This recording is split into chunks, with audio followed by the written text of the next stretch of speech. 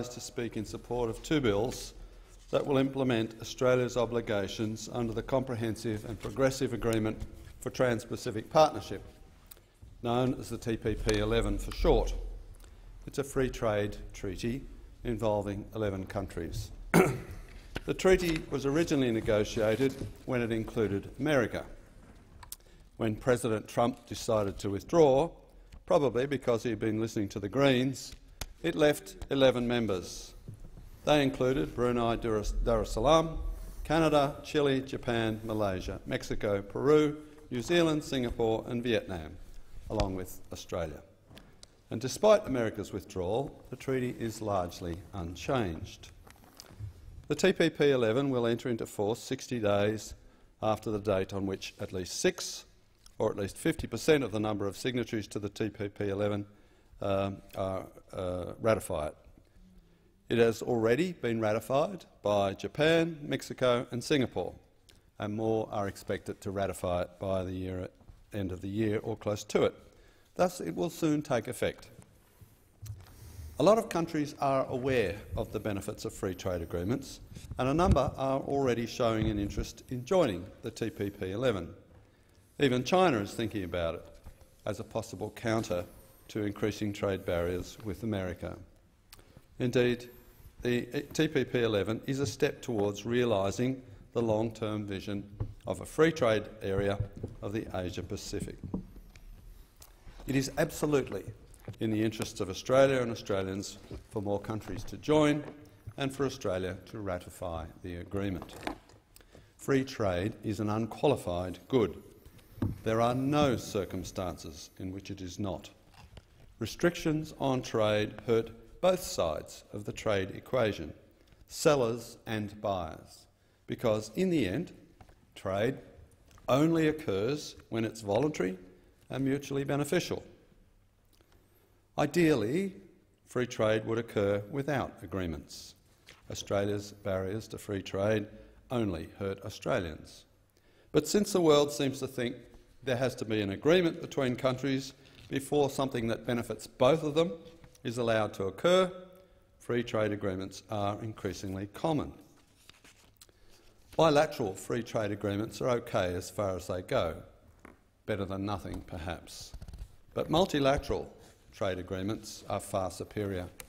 They establish a broader base of trade in which multiple countries are all operating to the same rules.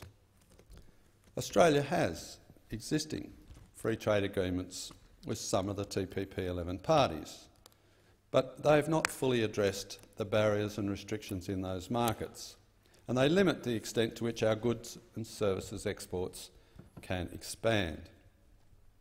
In addition, Australia does not have FTAs with Canada or Mexico, and our exporters are disadvantaged due to existing FTAs between these countries and our competitors. Canada and Mexico in particular provide significant new opportunities because Australia has underdeveloped economic relationships with both of these G20 economies. The TPP-11 presents an opportunity to address both these issues.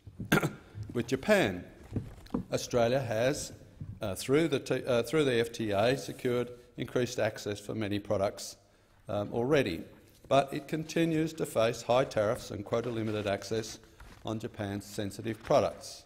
In dairy, products face tariffs of up to 40%. Beef tariffs, while reduced, are still quite high, up to 23.5% after 15 years. Wheat and barley face tariffs, rice is subject to a big tariff, and sugar similarly faces a high levy. A range of tariffs also remain on other Australian interests in horticulture and seafood. Australia has two existing FTAs with Malaysia, the ASEAN Australia-New Zealand Free Trade Agreement and the Malaysia-Australia FTA. Nonetheless, Australia still faces tariffs and quota-limited access into Malaysia on beer, wine and other alcoholic beverages. Pork faces a tariff of 25% or 50%. Liquid milk has tariffs of 20% and 50%.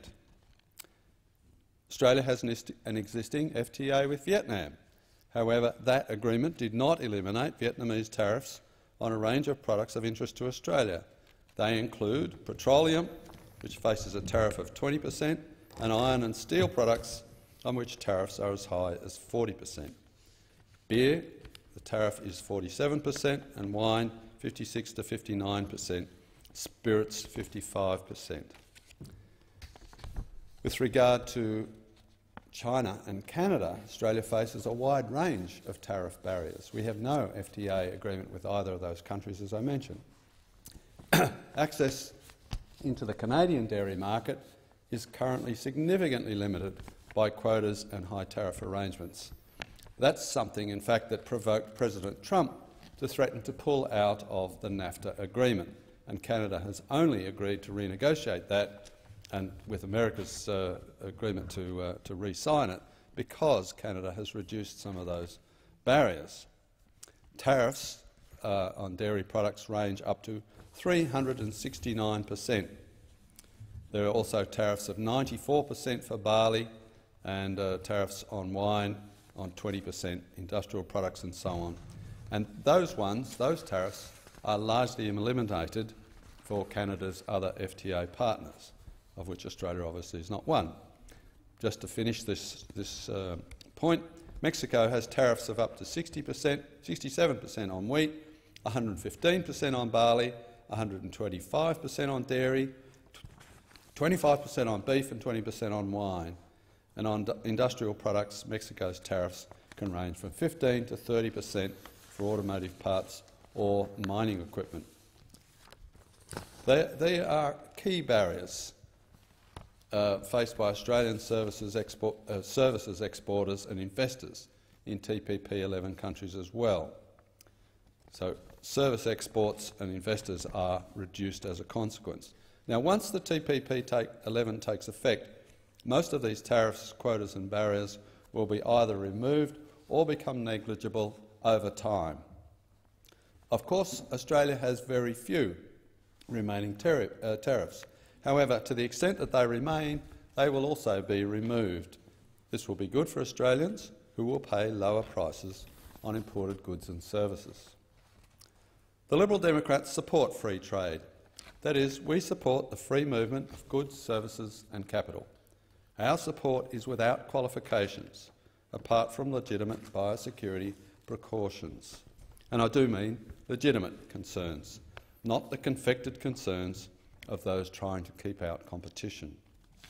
In principle, we also support free movement of labour, but as the great Libertarian Milton Friedman famously pointed out, you can't have unrestricted immigration while you have a welfare state, so we acknowledge a need for limits on it. But what we don't support is so-called fair trade, unless we get to decide what fair means. If anyone else decides, it won't be fair. Because what we mean by fair is maximum choice in terms of quality and price for the benefit of consumers. It does not mean propping up business that can't compete. That's what others think fair trade means. Australia's suppliers of goods and services are generally world-class and internationally competitive. And those that aren't do not deserve to be protected. It is not the business of the government to keep uncompetitive businesses in business. And finally, on the ISDS issue, I do not accept that this is a problem. In fact, it is Australian businesses that will benefit the most. Some countries simply don't have the legal structure to enforce contracts. The ISDS process ensures there is a rules-based system that they can use. Australia does have a rules-based system, has independent and proper functioning courts, and it's unlikely that it will ever be called upon within Australia. But for Australian exporters, the ISDS process provides them with commercial certainty. This bill should, or these two bills should pass. The TPP 11 is a good thing for Australia, and there should be more of it.